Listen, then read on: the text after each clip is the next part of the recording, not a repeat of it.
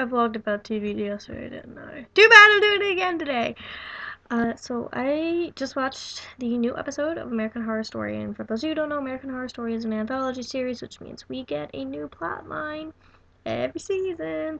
We don't stick with the same old characters, we get the same old actors, but we get brand new characters, brand new location, everything, every season. And it's actually awesome.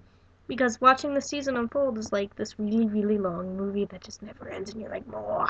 I need more now. What do you mean I have to wait another week? Anyway, I'm sick. If you couldn't tell.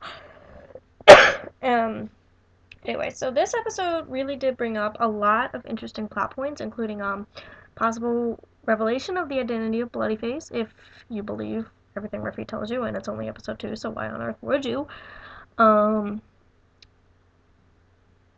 Relationships that I didn't think were gonna come up. I'm a little disappointed that they put the exorcism this early in the season. I thought they were really gonna hold off on that. But again, also with next week's episode being that Sister Mary Eunice is now possessed, we'll see. I'm bitterly disappointed because like an exorcism is a very big thing, especially with the culture shock that we have kind of been put into and going back to a 1960s asylum. So I think an exorcism is a very big deal, and to put it in the second episode of the season is really. I'm wondering why it's not in the second half of the season. Because when it is done right, and Murphy did not do it right tonight, I don't feel that he.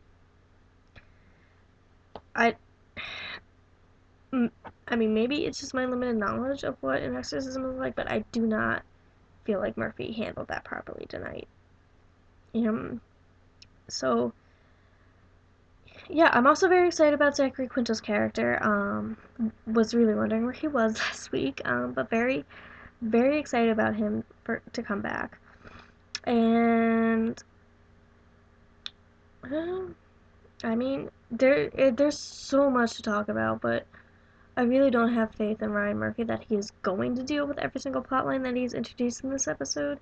Granted, that doesn't mean it won't happen, but I don't have faith that it will, because this is Ryan Murphy we're talking about. He will come up with all these plot lines and then be like, oh my god, I only have time to write like 3 of these. So I think it'll be very interesting as the season goes on to watch everyone's story unfold. Whether it be their past, their present, whatever. So yeah, those are thoughts about AHS for tonight, and have a good night, guys.